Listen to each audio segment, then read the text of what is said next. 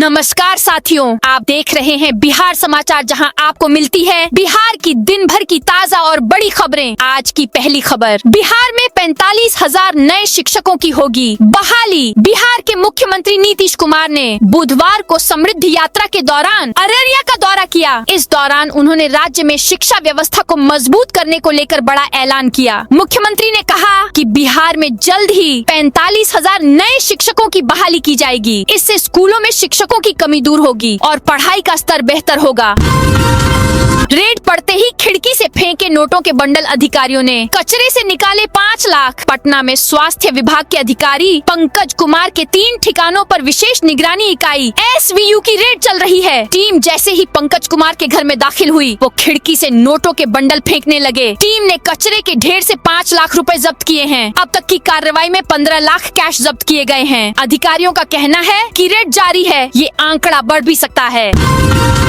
नीतीश बोले, पहले वाली सरकार ने कुछ नहीं किया। मुख्यमंत्री नीतीश कुमार समृद्धि यात्रा के तीसरे फेज में आज पूर्णिया पहुंचे। सीएम ने यहां सभा को संबोधित किया। उन्होंने कहा, 2005 से जब से एनडीए की सरकार आई, विकास के काम तेजी से शुरू हुए। इन लोगों के राज में लोग शाम में घर से निकलने से डरते थे। सीएम नीतीश ने कहा, पहले शिक्षा स्वास्थ्य व्यवस्था चौपट थी, सड़कें कम थीं, जो थीं उनका भी बुरा हाल था। हिंदू मुस्लिम झगड़े होते थे, लोग शाम को घरों से बाहर निकलने से डरते थे। हमारी सरकार ने बिहार में कानून का राज स्थापित किया।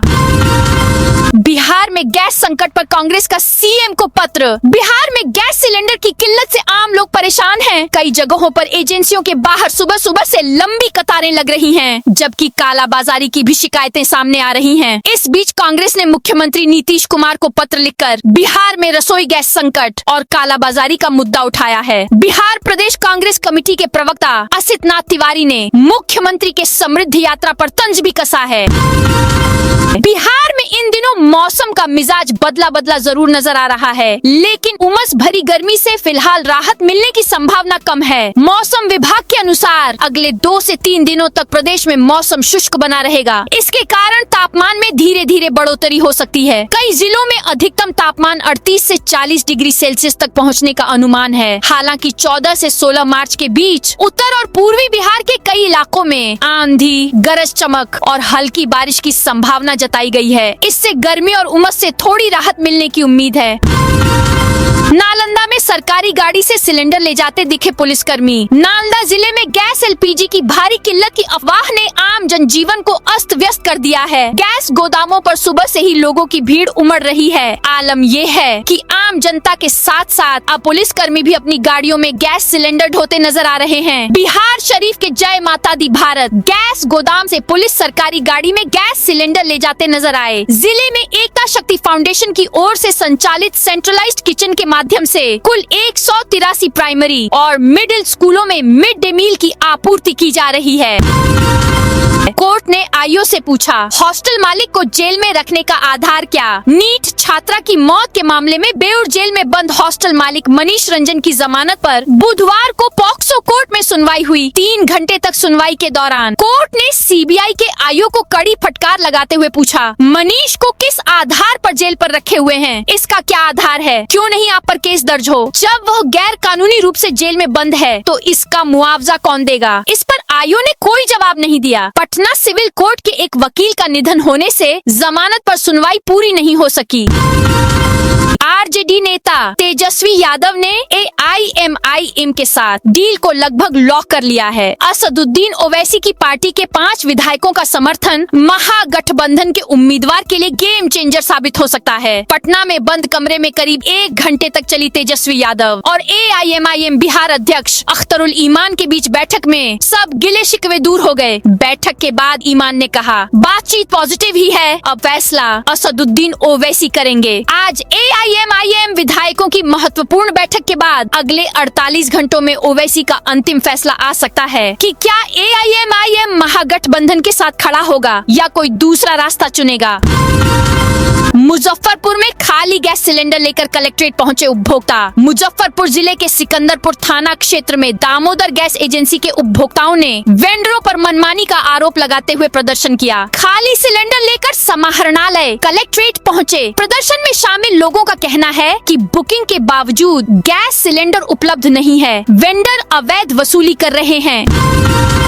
कन्हौली और शेरपुर के बीच पटना रिंग रोड का निर्माण अप्रैल से होगा। कन्हौली और शेरपुर के बीच पटना रिंग रोड का निर्माण अप्रैल से होगा। इसके लिए 11 मौजा की 185.26 एकड़ जमीन का अधिग्रहण हो रहा है। अब तक 70 किसानों ने मुआवजा के लिए जिला भू अर्जन कार्यालय को आवेदन दिया है। इन आवेदनों की जाँच चल रही है। जल्द ही मुआवजा भुगतान होगा। डीएम ने किसानों से आवेदन लेने के लिए स्थानीय स्तर पर कैंप लगाने का निर्देश दिया है।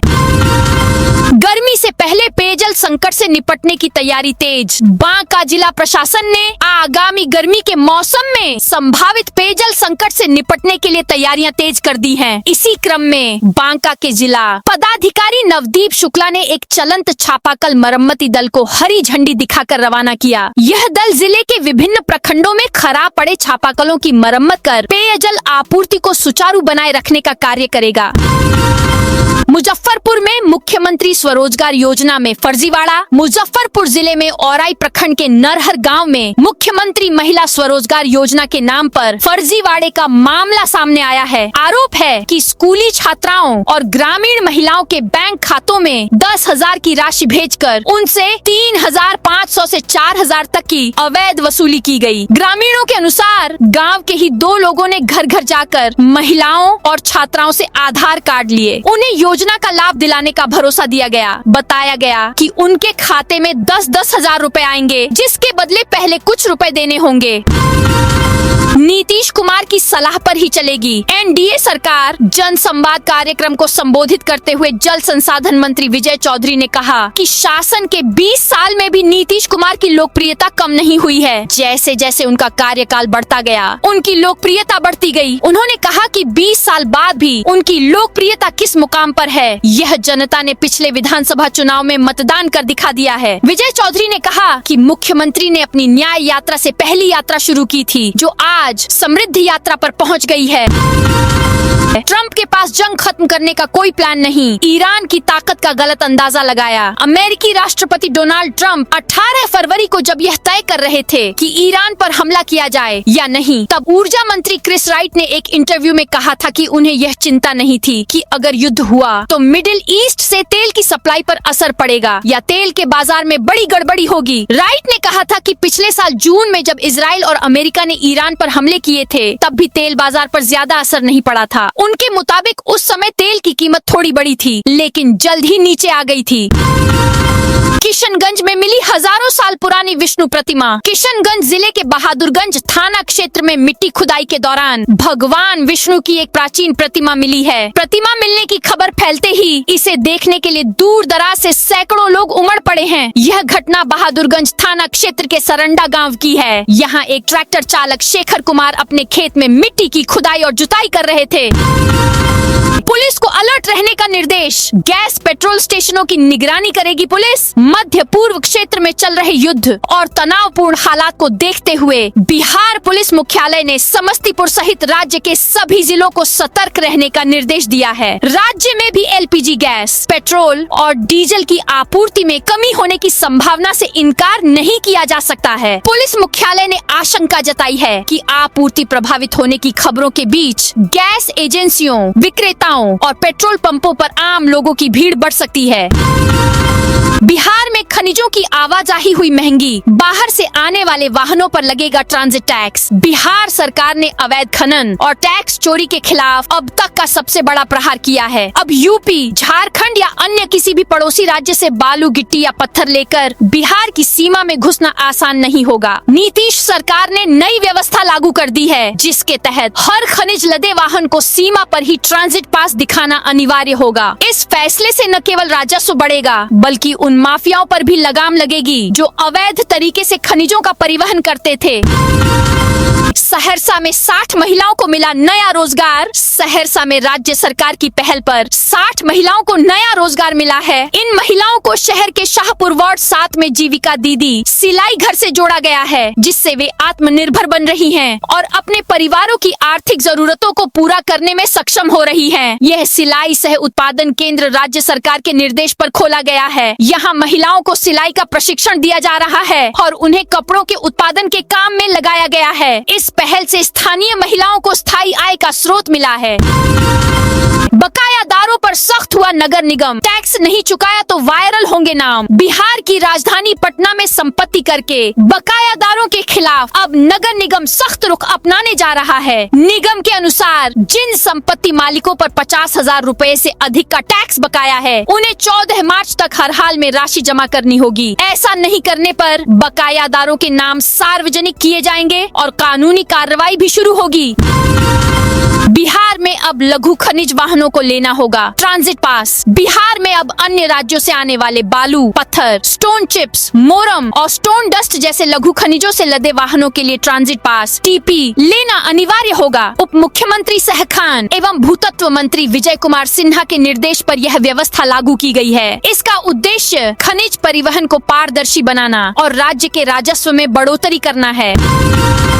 दरभंगा में एसडीएम ने संचालकों के साथ की बैठक, बोले घरेलू गैस सिलेंडर की कमी नहीं, अफवाह से बचें। दरभंगा में सदर अनुमंडल पदाधिकारी विकास कुमार ने गैस एजेंसियों के संचालकों और संबंधित पदाधिकारियों के साथ अहम बैठक की। बैठक में गैस की उपलब्धता, वितरण व्यवस्था और उपभोक्ताओं को होने वाली संभावित परेशानियों पर विस्तार से चर्चा की गई। गैस एजेंसी संचालकों को स्पष्ट निर्देश दिया कि उपभोक्ताओं को किसी भी प्रकार की असुविधा नहीं होनी चाहिए और गैस आपूर्ति की व्यवस्था पूरी तरह सुचारू रखी जाए। सिलेंडर वितरण प्रक्रिया पारदर्शी और व्यवस्थित होनी चाहिए ताकि लोगों को समय पर गैस मिल सके।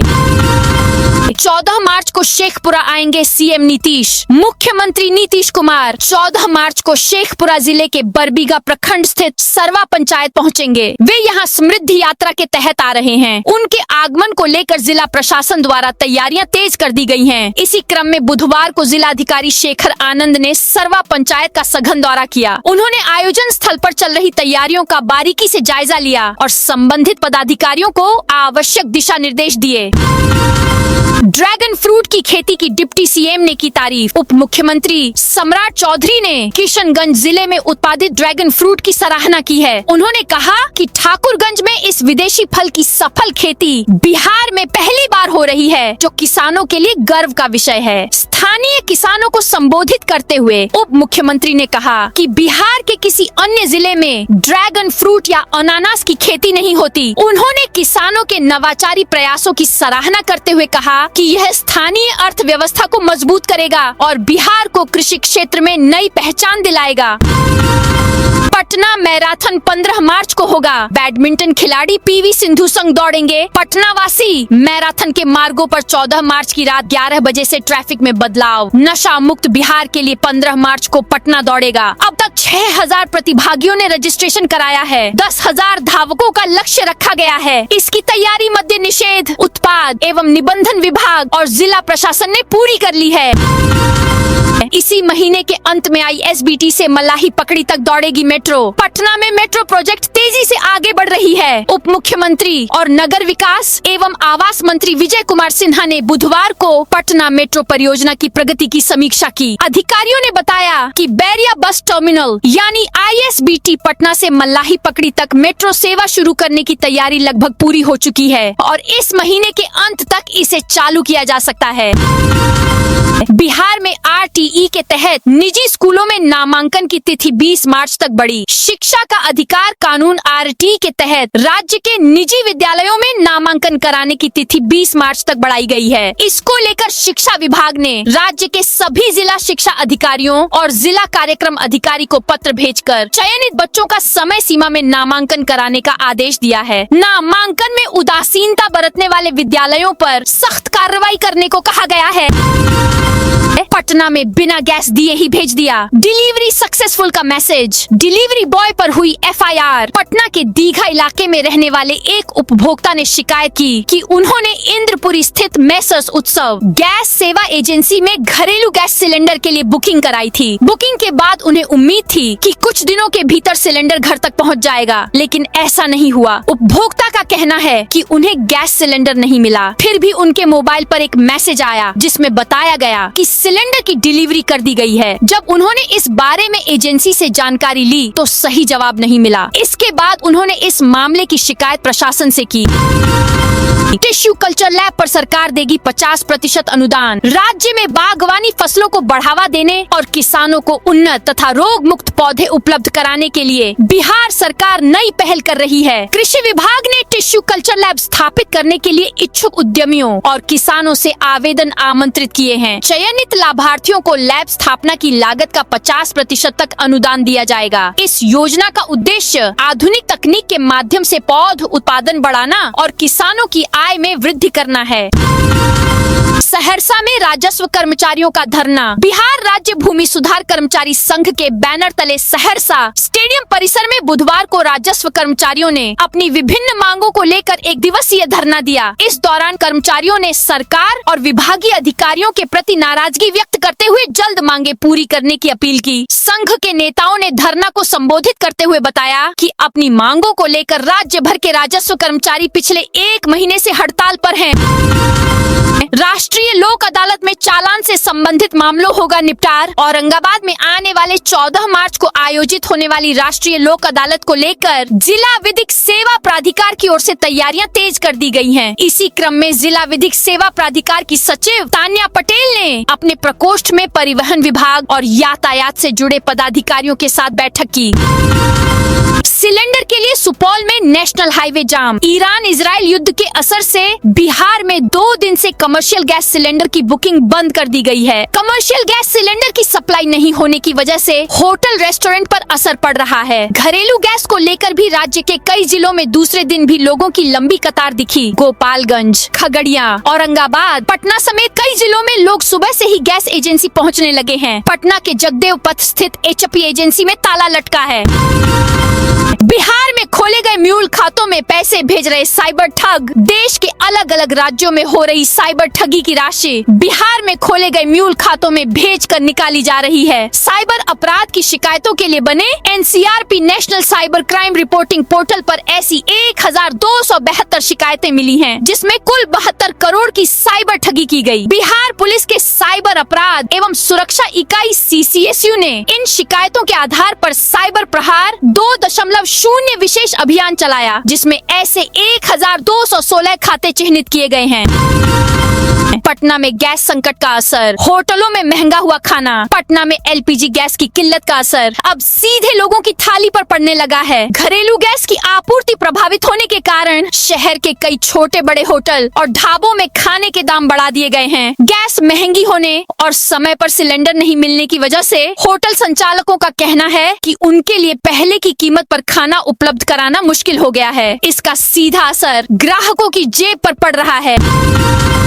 बिहार में अब AI की मदद से लहलहाएगी गन्ने की फसल। बिहार में गन्ना उत्पादन बढ़ाने के लिए AI आधारित तकनीक लागू करने की पहल शुरू हो गई है। बुधवार को अपर मुख्य सचिव के सेंथिल कुमार ने सचिवालय स्थित कार्यालय में तैयारियों की समीक्षा की। बैठक में महाराष्ट्र के बसंत दादा पाटिल शुगर इंस्टीट्यूट के प्रतिनिधियों एवं संबंधित विशेषज्ञों ने बताया कि AI आधारित नवाचारों के इस्तेमाल से गन्ना की उपज में 30 से 40% तक बढ़ोतरी संभव है।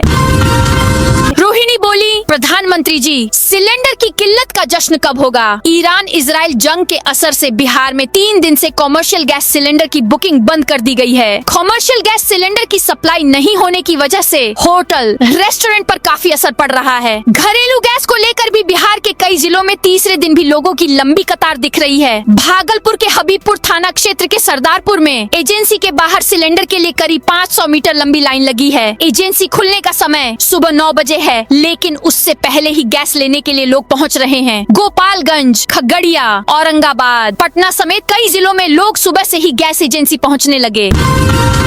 हिजबुल्लाह ने इजराइल पर 150 मिसाइलें दागी। अमेरिका, इजराइल और ईरान जंग का आज 13वां दिन है। इजराइल को ईरान के साथ साथ पड़ोसी देश लेबनान के उग्रवादी संगठन हिजबुल्लाह की चुनौती का भी सामना करना पड़ रहा है। टाइम्स ऑफ इजराइल के मुताबिक बुधवार को ईरान समर्थक हिजबुल्लाह ने इजराइल पर 150 मिसाइलें दागी।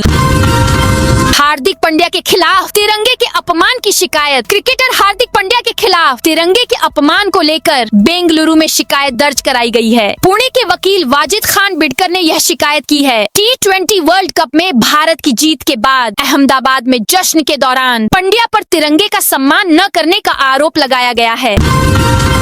जम्मू कश्मीर के पूर्व सीएम फारूक अब्दुल्ला पर फायरिंग। नेशनल कॉन्फ्रेंस अध्यक्ष और जम्मू कश्मीर के पूर्व मुख्यमंत्री फारूक अब्दुल्ला पर बुधवार रात एक व्यक्ति ने फायरिंग कर दी। गनीमत रही कि गोली उन्हें नहीं लगी। अधिकारियों के मुताबिक फारूक जम्मू में एक शादी समारोह में पहुंचे थे। उनके साथ राज्य के डिप्टी सीएम सुरिंदर चौधरी भी थे। घटना का सीसीटीवी भी सामने आया है। इसमें देखा जा सकता है कि 70 साल के हमलावर कमल सिंह जामवाल ने पीछे से आकर फारूक के सिर पर रिवॉल्वर तान दी। सुरक्षा कर्मियों ने तुरंत हमलावर का हाथ हटाया, जिससे फायर हवा में हो गया। अब छोटे बच्चे भी चला सकेंगे व्हाट्सएप। व्हाट्सएप को ऑपरेट करने वाली कंपनी मेटा ने पेरेंट मैनेज्ड अकाउंट मॉडल पेश किया है। इससे अब 13 साल से कम उम्र के बच्चे भी व्हाट्सएप का इस्तेमाल कर सकेंगे। अब तक व्हाट्सएप इस्तेमाल करने की न्यूनतम उम्र 13 साल थी। इस नए फीचर में माता पिता या अभिभावक अपने बच्चों के अकाउंट को पूरी तरह कंट्रोल कर पाएंगे। कंपनी का कहना है कि यह फीचर एक्सपर्ट्स और परिवारों के सुझावों के बाद तैयार किया गया है, ताकि बच्चे सुरक्षित तरीके से मैसेजिंग और कॉलिंग कर सके। तो दोस्तों, ये थी आज बिहार की दिन भर की ताजा और बड़ी खबरें। अब कल मिलते हैं नई खबरों के साथ।